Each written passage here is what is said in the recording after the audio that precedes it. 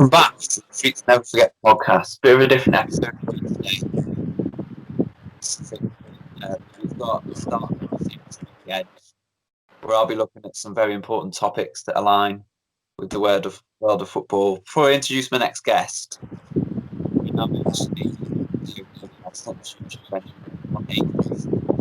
head over there to listen to that. So if you're on the tube, if you're out walking, if you like the sound of my voice, if it helps you sleep, put on one of our episodes at night, and that'll really help us. So my guest today is a man that needs no introduction, Mr.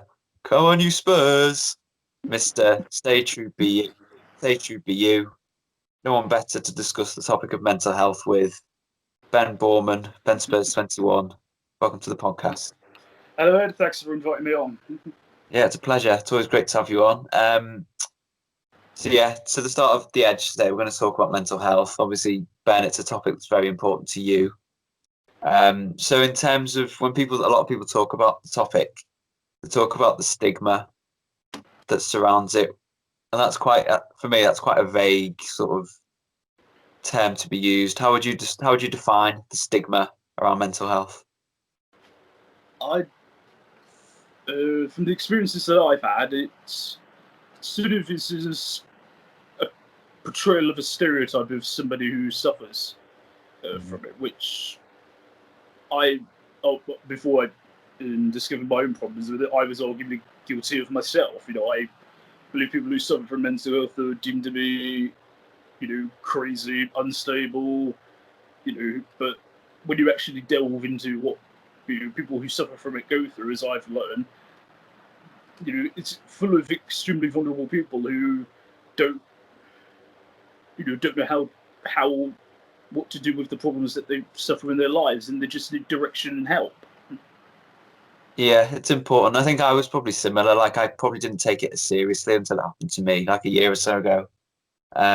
Because the fact is, it can affect anyone, can't it? So I think people need to be wary. People need to look out for signs of that. So how we talk about the stigma there, the stereotypes around it. How do you think it can be broken? It's just the only thing I can do is just to keep promoting the effects of it, and if you can share your experiences out there, as I've learned, you can not only broaden other people's horizons, you can help anyone who doesn't know what to do and say, look, we're here, just speak, and we're here to help you. That is the biggest fear, is people not speaking, which I was very guilty of doing, not speaking of your problems. So that is the message that should be done. Just speak, and we're there to help you. Yeah, I think with your situation, you've got a very good following. You've got a platform on YouTube. So the more you can do that, I'd recommend any listeners, any viewers, to have a look at Ben's channel. I'll put it in the description for you.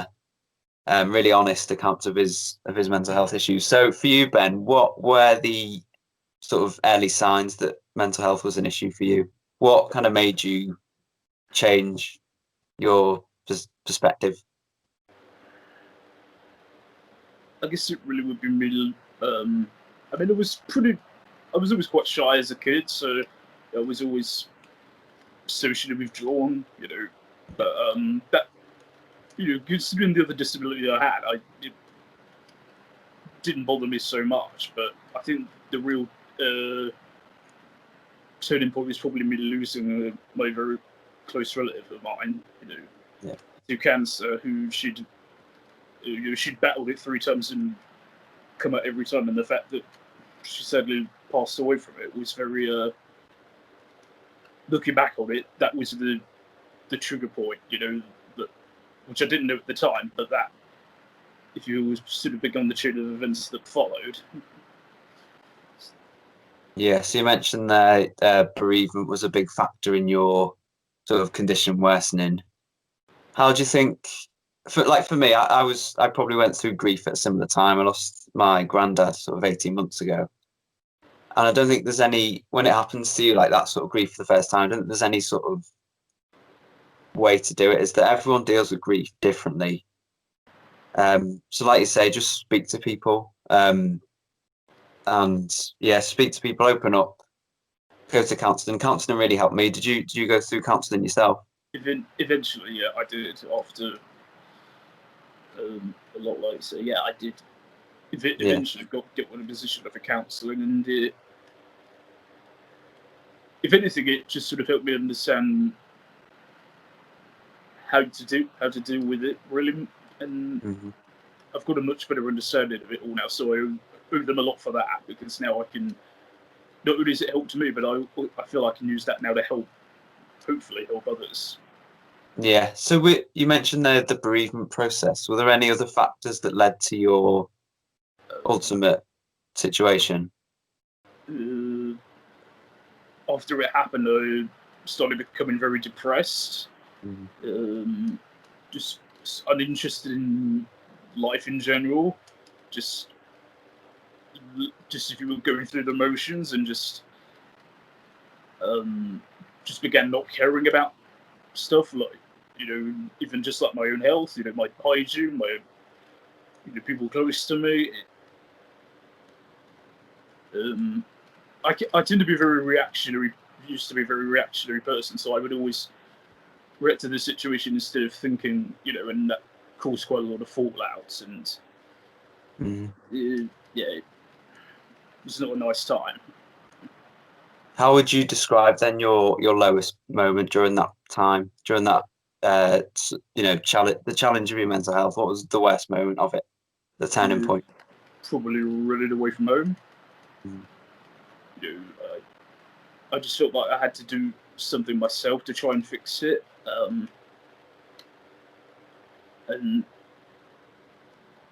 I eventually came to the understanding that if you keep pushing everybody away, they won't help you. You've just got to swallow and say, it's not a weakness. Just I learned. That's what I learned. I felt that it was weak to ask for help. Yeah. And eventually, I just came to the realization, it's okay if you just say, if you just speak, you say I need help. People will be there to help you. That's the most important thing, isn't it? I think as well, especially for men. Suicide's obviously the biggest killer of men under 40, I think. Yeah. And yeah, just realizing that in your head, like, that's fine. If you need to speak to someone, if you need to go to counselling, well, not just go counselling, just go to, like, talk to a family member, talk to a friend, talk to somebody on Twitter or whatever it is. As soon as you can do that, it really helps, doesn't it? Yeah, massively. Even to people you may not know, just because often people from the outside will be able to give you will be able to understand better, because obviously there's no emotional, attachment to you. So obviously they can maybe give a different perspective on what you can do to help, and often that can prove very, very helpful advice that which is something else I've learned. Yeah, 100%. So in the past, you've been very open and honest about your struggles on the internet, which is, I've got to say, it's so brave, so honest, and it gives other people who are struggling the courage, I suppose, to, if they found themselves in that situation, to do the same. So, when you kind of hit your lowest point, how did it feel knowing that things couldn't get any worse? That things could only get better. The turning point, I suppose, for you. Yeah, that I tried to basically end it. An an old man with his dog sort of managed to talk me out, and just sort of, I just sat to talk to him for like half an hour with his dog. I was on the edge of the cliff, and he wrapped the cook took the collar off his dog and sort of wrapped it around me to stop me from jumping. And so I explained everything to him, and he was incredibly helpful. And then I was taken away to mental institute, assigned under the Mental Health Act, and they just basically kept me in a room for like 3 hours, just asking me everything I'd gone through. And that, as painful as it was to stop talking about it, it began the journey of my understanding of everything that had happened. And I guess it finally helped me accept that I couldn't change anything. And all I could do was, was move forward and improve myself as a person. Yeah, no, honestly, again, I'll say it again. Like, I really appreciate you coming on the channel and speaking about that, because it's really, it breaks my heart to think somebody like yourself could be in that situation. And thank God for that man, whoever it is. Are you still in touch with him? I still to this day, I don't know who he is, but Yeah, I'll always know his face. Always. yeah. You'll always remember. Yeah, what a man. Yeah, always. So yeah. So once you'd kind of hit that low point, what habits did you begin to build to create that clearer mindset? The first thing I started to do was walk.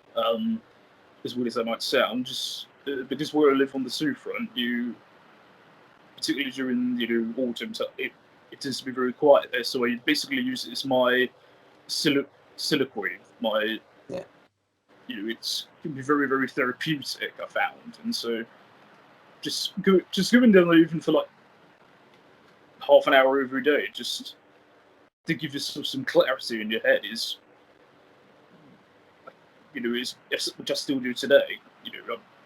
Yeah. It's always very helpful to keep me in check. I do the same. I live quite near to the close as well. And it, like last year when I was struggling, it kind of gives you that mindset if you put your earphones in and things like that to kick on. Because I think the worst thing you can do if you're struggling with your mental health, for me anyway, I know everyone does it differently, is kind of sit inside on your phone, be in the house all day. And we'll get on to why that's been difficult recently with the COVID-19 lockdown and so on. But yeah, for me, if you're on your phone like all day, scrolling, especially scrolling through Instagram, some of the stuff you see on there, everyone's got a perfect life on that, haven't they? And yeah, it's really difficult. So yeah, like you say, good walk, going for walks, that's a good one. Well, anything else? Music is, Music. is one of the biggest helps I've had. It's such a mood changer. To sit and just tune along for for some time is incredibly helpful. It always makes you happy. I think it's a great thing to have. What kind of songs would you go for when you're out for a walk? Kind of old songs I listened to as a kid. Actually, Oh, yeah. it makes me think of the it's always helpful. I had a weird taste in music when I was a kid. I think I was quite indie, to be fair.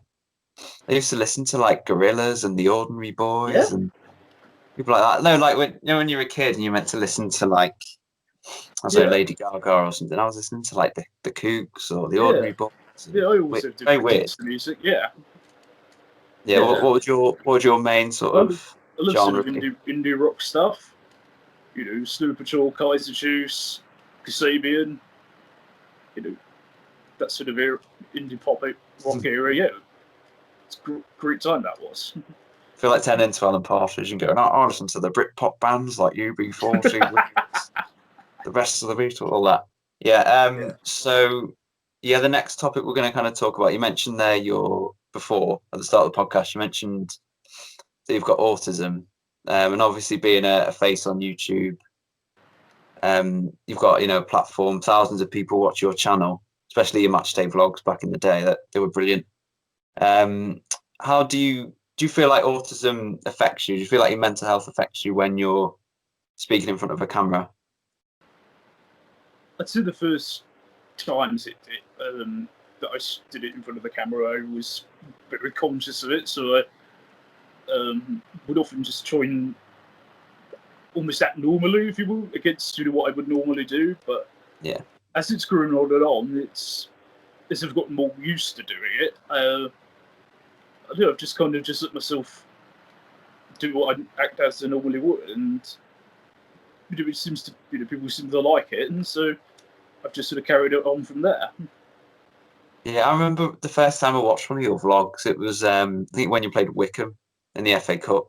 Yeah, I just remember thinking like this fella's just amazing. Like it just gets it. The match day experience. You go to the train, have a few drinks, sing a few chants, all of that. Like it's just like don't ever change that. If you go back to doing match day vlogs again, don't try just don't change that. It's perfect, honestly.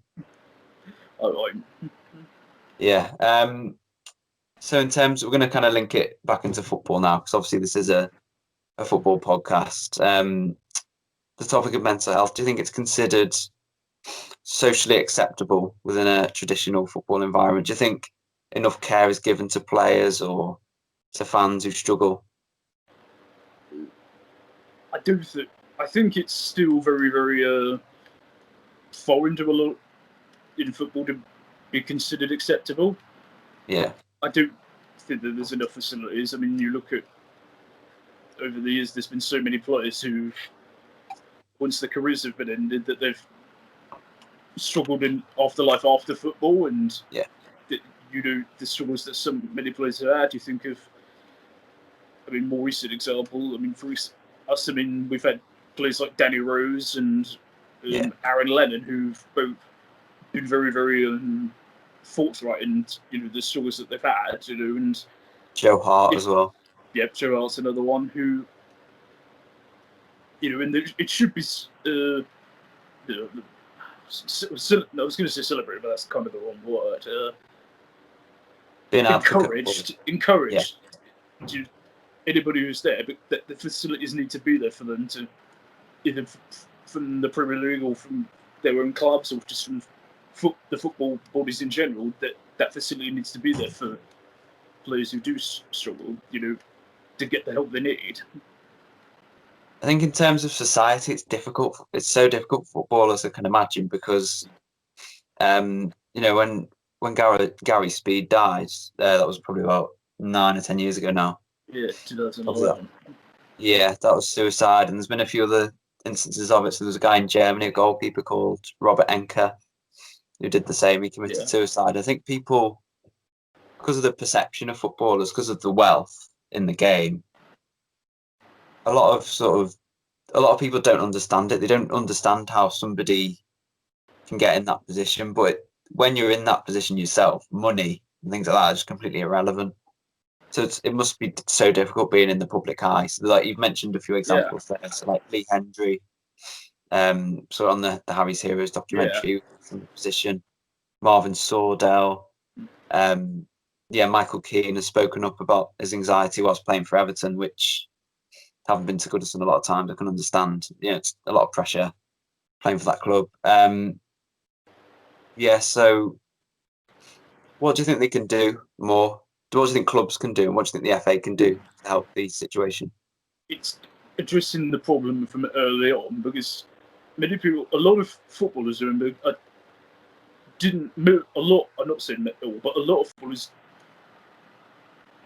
didn't have a lot growing up as kids, and then literally overnight, they all of a sudden are literally thrown into the eye of the biggest sport in the world, which is what football is. Where literally every person in the country are watching them every week, and you think of the media obligations they have to go through, and the fact that the paparazzi are always, to some degree following them somewhere. To be able to cope with all that stress, and especially when they're very young, like 17, 18, that can often be the triggering points, as I said before. So it's about addressing the early problem, and also for them, they need to speak out, because as I said, if you don't speak, nobody can help you. So the FA need to find some kind of way of saying, okay, we've got a facility here. If you have a problem, please just come to us, and we'll try and work out some way or the best way that we can help you out with, and work with Premier League clubs to do that and facilitate for that, in the hope to improve. Yeah, one of the things the FA have done this year is they've tried to link the FA Cup with mental health, haven't they? So the Heads Up campaign. And obviously, because of the FA Cup, the way it's gone this year, it's probably not quite got the sort of coverage it would have got normally, obviously with games behind closed doors and so on.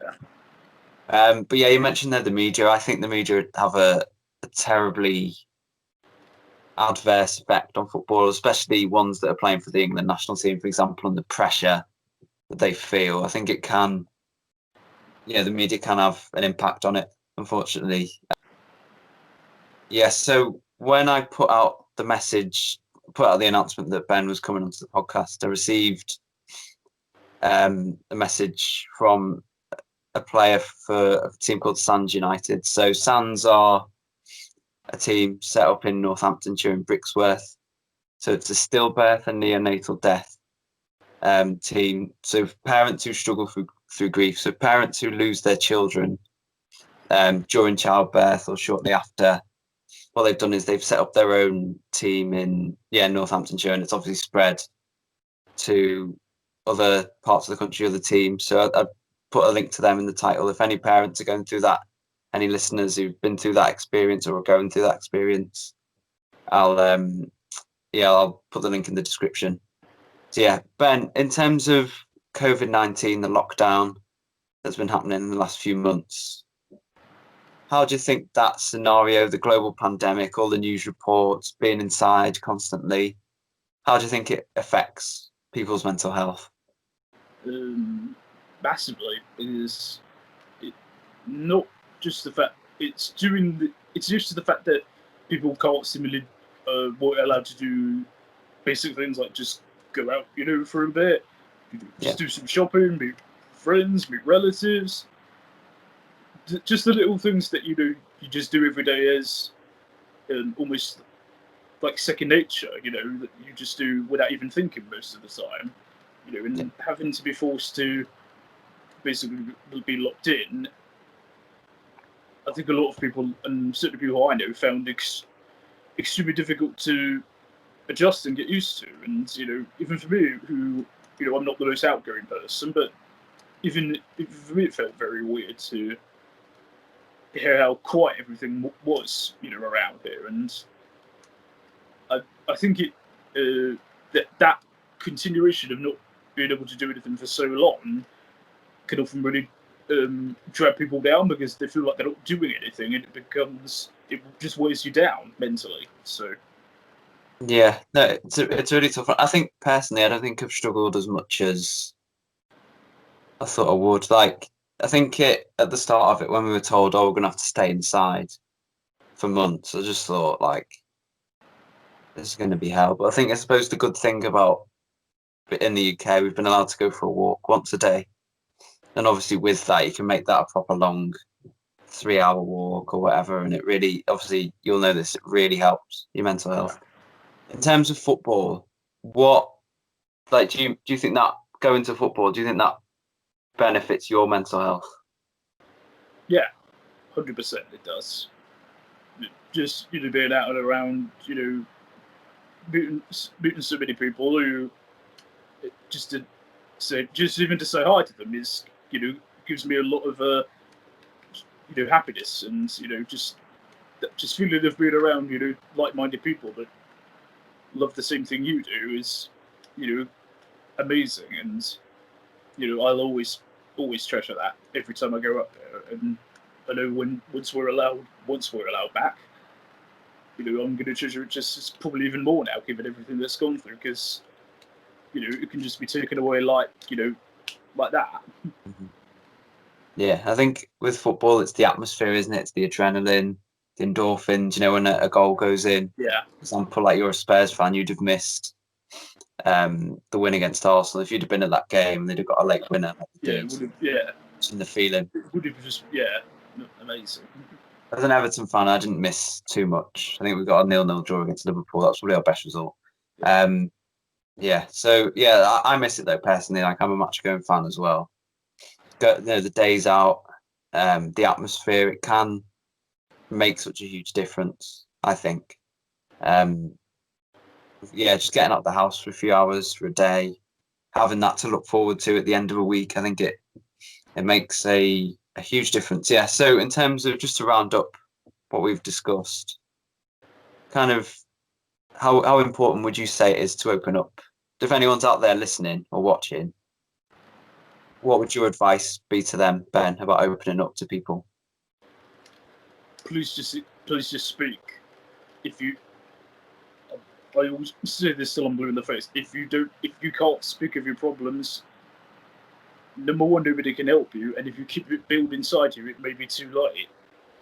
Yeah. So please just go even if you're scared to talk to your family about it, which I admittedly was, just speak to your friends, or, anyone who you know, and just speak and hope they will be there for you. They will help you. They will try to help you understand the mechanics of what is going on in your head and be there to support you and give you advice on what to do. Please speak. We'll all be there for you. Well said, Ben. Yeah, I'm going to echo that as well. I think if you find yourself in that situation, if you feel like, things are constantly a struggle, your mind's constantly playing tricks on you, because it can be a really lonely place to be when you're in that situation, and it's quite, it's horrible. Really is horrible. And once you've kind of done that, once you've taken action, once you've been to counselling, once you're speaking to somebody, I'm sure you'll agree, Ben, the only way is up. The only way is, things can only get better. Absolutely. But thanks to you, Ben, for coming on and being so honest about your experiences. Thanks for inviting me on. It's been brilliant. Yeah, if any viewers are out there wanting to see more of Ben Boorman, where can you be found? Benspurs21 on YouTube, at Benspurs21 on Twitter and on Instagram as well, if you like a bit of a laugh. And everyone just keep safe. I know we're almost out of the woods, but just keep safe and keep healthy, and just keep living your life. Yeah, and as I always say, stay true, be you. It is. Peace. Yeah, so I'll put all the links into the description for Ben's channel. Yeah, thanks for watching. Thanks for listening. If you're on Acast, you're part of the new regime over there on Acast, making us a proper podcast, not just a YouTube channel. Yes, thanks to everybody for tuning in. Thanks to Ben. Stay safe. Look after yourself. Goodbye.